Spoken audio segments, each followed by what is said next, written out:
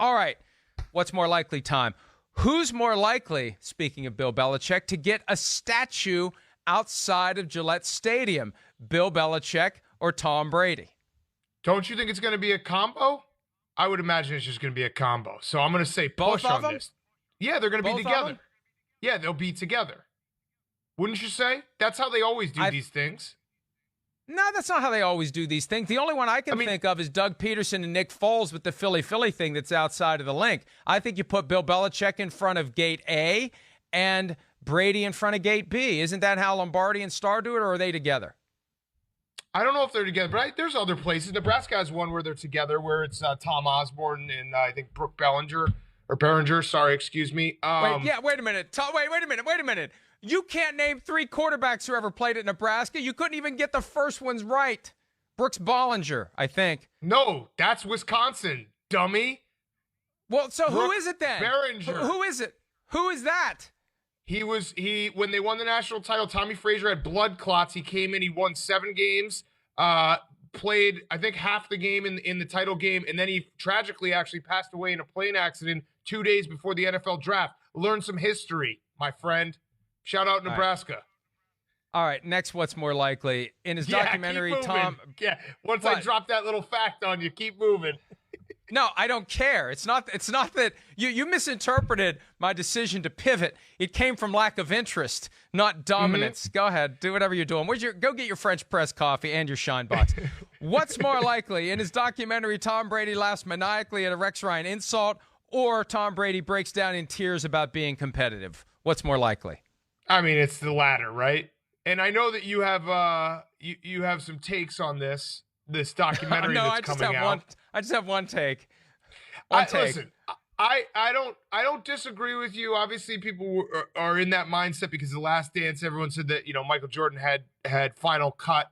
I think Michael Jordan, there still were moments where he didn't look so great, and you can see actually afterwards some of his teammates are mad at him.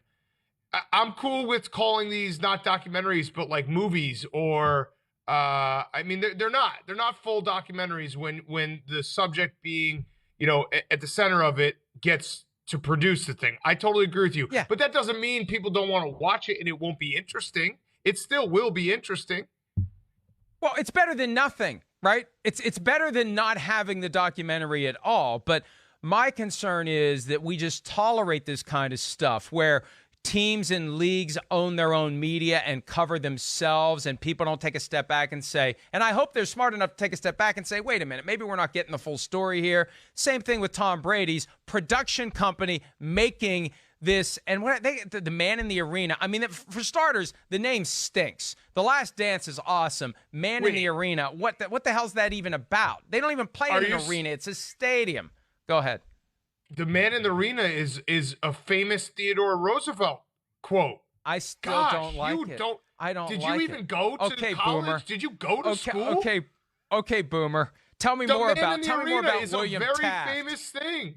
That's you got any Calvin Coolidge quotes for us? It's the Mike Sherman. It's basically the Mike Sherman put a jersey on. You're not the man in the arena. I don't like it. It's actually a fantastic. You should read it. Try to learn a little bit so you don't dumb me down. If it has to be explained, it's not good. The Last Dance does not have to be explained. Go ahead. Here it is. It is not the critic who counts, not the man who points out how the strong man stumbles or where the doer of deeds could have done them better.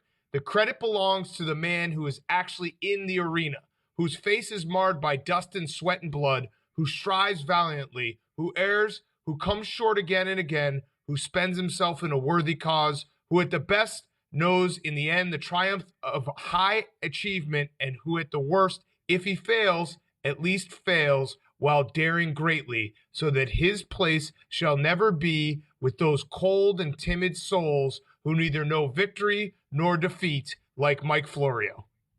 Well, that's now a fantastic speech. Now I know what you read into the mirror before every Coach Doug Duggerton game. Now I know how you managed to beat West Virginia last week. Congratulations. All right, Stuart Smalley.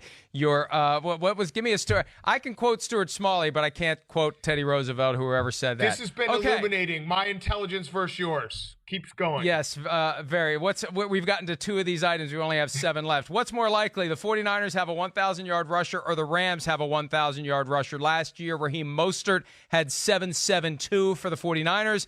Todd Gurley had 8.57 for the Rams. I still would go with the 49ers just because they run the ball so much, but it is tough because Kyle Shanahan's going to go running back by committee and he's going to use a bunch of different guys. But if I had to guess right now, who is the Rams' starting running back? Malcolm Brown?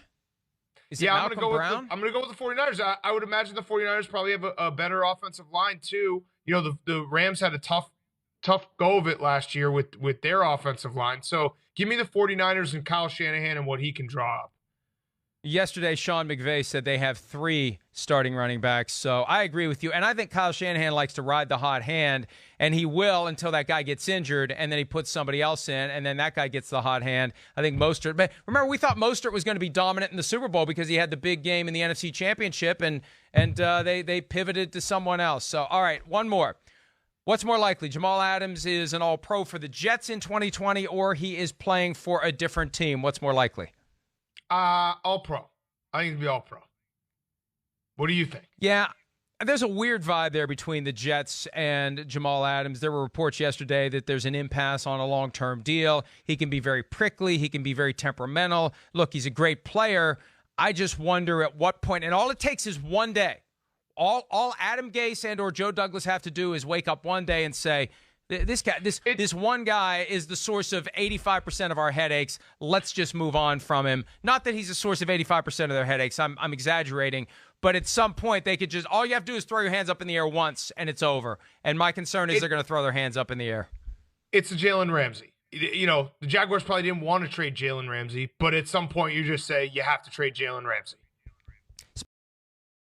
Hi, I'm Mike Tirico, and thanks for watching. Make sure to hit subscribe for the latest news and highlights from NBC Sports.